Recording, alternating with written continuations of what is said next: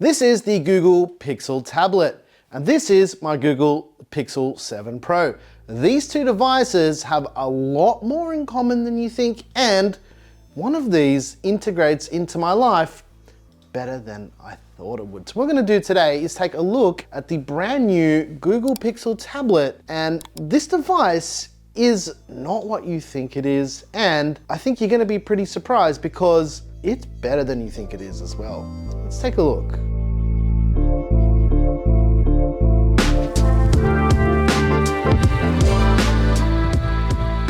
The most interesting thing about the Pixel tablet is it uses the same processor as the Pixel 7 Pro, that being the Google Tensor G2. Now from experience, I've been using the Pixel 7 Pro since it came out, and how this tablet feels compared to that is obviously going to be a little bit different because it's in the tablet form factor, but the responsiveness and the usability of the Pixel tablet is similar to what you'll find on a Pixel device. And what do I mean? Well, essentially Google has got the Google Pixel version of Android with their skin and however they do it, and tabletized it, if that's a word. Even with little things down to the gestures and whatnot being similar to what you'd find on the phone. Me personally, I don't use gestures. I use the three little navigation buttons down the bottom, but that's not the only thing. A lot of the built-in Google apps that you'll find on your phone, when they've put it on the tablet, they've made tablet versions of those apps. Apps like Spotify have been optimized for tablet mode, and this is actually something I've been using a lot on this tablet. And the way I've been using this is I've been using it as a Spotify controller on my desk when I'm doing other things. With Spotify and the way that it works, you can select your output source, and I can select the computer that I'm currently on to then use that to control Spotify. Because I have this docked on my desk as almost like another screen for whatever I do on the daily. So it will send me my notifications and reminders and everything as well, like my phone would, but it's just a little bit more accessible because of the screen size. But it doesn't end there. There's other things like, say for instance, all of the lighting in our house. All of it is smart lighting. So if I wanted to turn on the kitchen behind me, I can just tap that button and all the lights go on, and it works the same as it would work on any other device. The difference here being that you can use this as a Nest Hub as well. I can even do things like turning on the kettle. Check this out, right? Would you like a cup of tea? Maybe you don't want a cup of tea. Our Google integration goes one step further. We've got Nest cameras around our house as well. And I'll show you this one right here. Look, it's me. And there's a Claire filming behind me, right? So there's that one, and then we've got the other one at the other side that's over there. Hello. Hello. And then lastly, we've got this sneaky one right over there in the studio. Hello. Don't worry, there's no underwear. Claire, you can't see any undies on the line. That's what she was right. She's like, oh, I was gonna see my knickers. I hate filming these. No, it's okay. No one cares. Everyone wears underwear, Claire. We've got other integrations in our house as well that are more useful than you would think. First of all, the whole studio is Google integrated because we've got a Nest Hub in here. Check this out, right? Turn on the studio. See? Everything is tightly integrated with our setup, right? And this is something that I use all the time. I'll just walk in and I feel like Tony Stark and just be like, yo, turn on the studio, dog. Turn off the studio.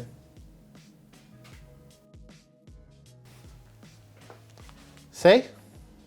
It's like we're living in the future, except the future's right now. The Pixel tablet comes with the speaker dock. There's an integrated speaker that amplifies any sound that is coming through your tablet. So when you put it into docked mode, what it will do is seamlessly transfer whatever the audio is from the tablet to the speaker dock. I hope that makes sense. I'll show you how this works. This is through the internal speakers. And you drop it onto the dock. Pretty cool, right? And as usual, and it seamlessly transfers over. In these cases, you guys have lots and lots of questions. What we're gonna do in today's video is answer a lot of those questions.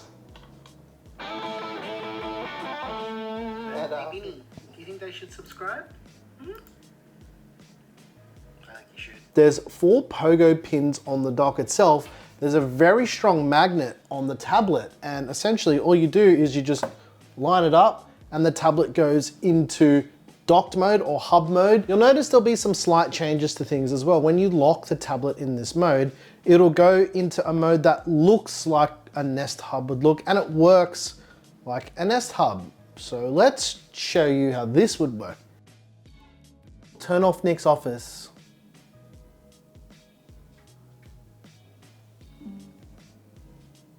Turn on Nick's office.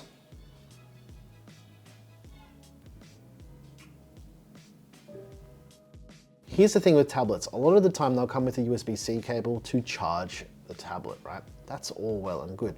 But Google has thought, hey, you know what? Let's create a charging and docking solution for the tablet to make it a bit more user-friendly, because you can purchase additional docks to place around your home as well. The fact that, you know, hey, I've got this dock in the kitchen, I can put it down here, or hey, I've got one in your office or your living room and you can put it down there. It's kind of weird that no one's done this before. It's a pretty simple thought, but yeah, it's just never been done like that before. So kudos to Google for that. I think that's gonna be pretty handy in the long run. Typically with Pixel devices, their main selling point is the fact that they've got that awesome camera. Unfortunately, the Pixel tablet is not as performant as all of the Pixel phones when it comes to taking photos.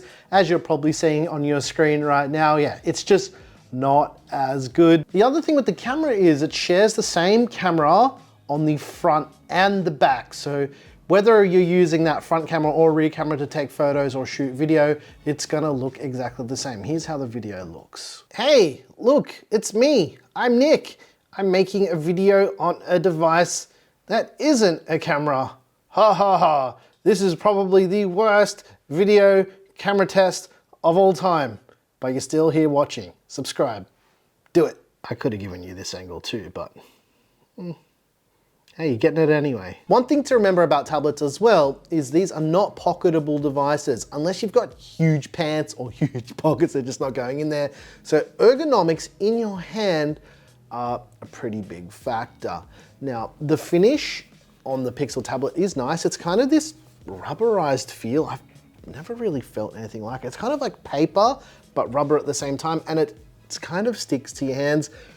The one issue that I found, especially with consuming content in your hand, is the speakers. They blast out to the side here, and there's 4 speakers in total. And when you're holding it in your hand, you kind of block the speakers with your hand. So that's a bit of an odd choice, but I guess not really a huge deal. If you're holding your tablet like this and you're using your tablet like this to watch movies or YouTube or whatnot, maybe it's an issue. But when you're gaming, the gaming controls are usually down in the corners. So I guess that's why they did it that way, because you're probably only blocking 2 drivers out of the 4 drivers holding it like that. I use a tablet more this way, right? Same with you, right, Claire? How often are you using your tablet like that? Is it a lot? Only when I'm drawing. Yeah, but when you're doing normal tablet things, you're using it in portrait mode. Yeah, I only use it in landscape when I'm drawing or watching Netflix. Yeah, so I don't think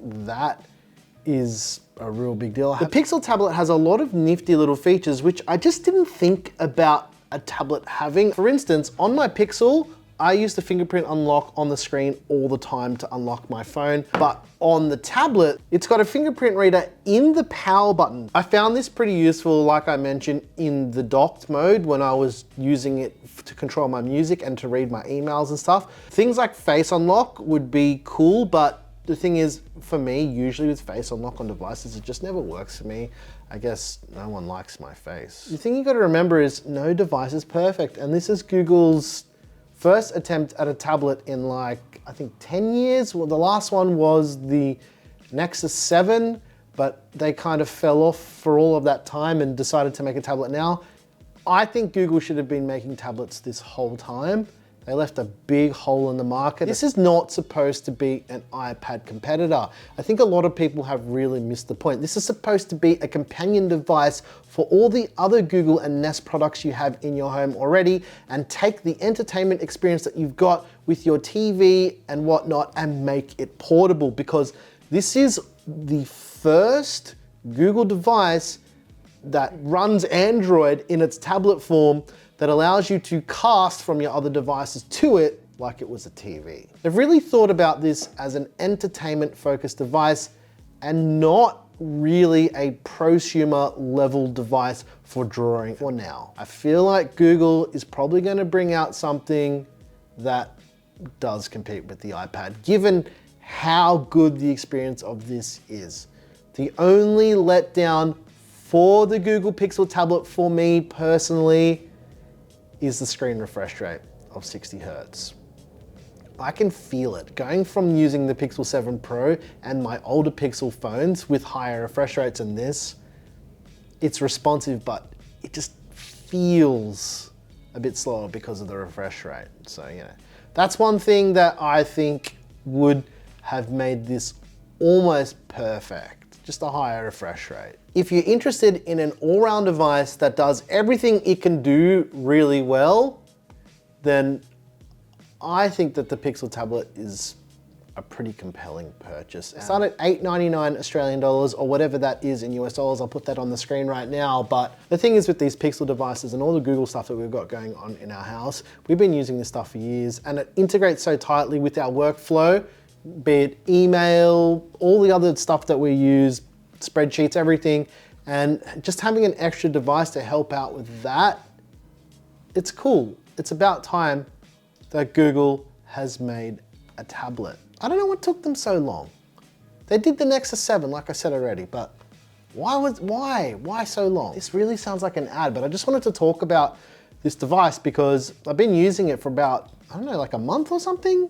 Is that how long it's been? Like a month? It's been a while. Since just before it came out, I've been using it, and yeah, I like this thing. I really like it.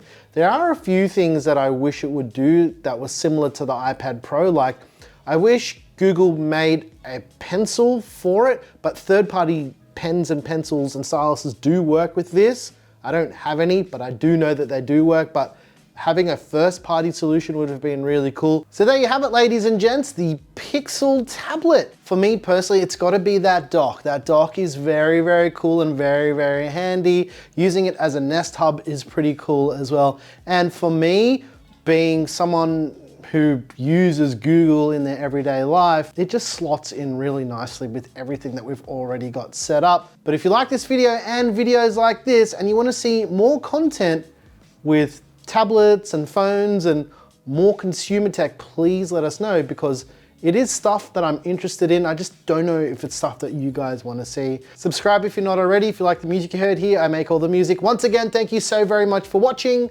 I'm your boy Nick with Gear Seekers. You peek, we seek, and yeah, tablets. People don't even know. But I have, like, it's bad for me because I can't tell if it's grey hair or food. That's why I didn't notice it. Yeah, but it's all good. I'm like, is that grey hair or is that food? Hey, if someone comments about the food in my face or hair, I'll give them all the props in the world. It's my anniversary. And it's anniversary dinner. Well, people complain about my grotty facial hair at the moment anyway, so why not give them something else to comment about, right? You shouldn't be commenting on people's personal appearance. Look, I'm trying something new. Give me a break.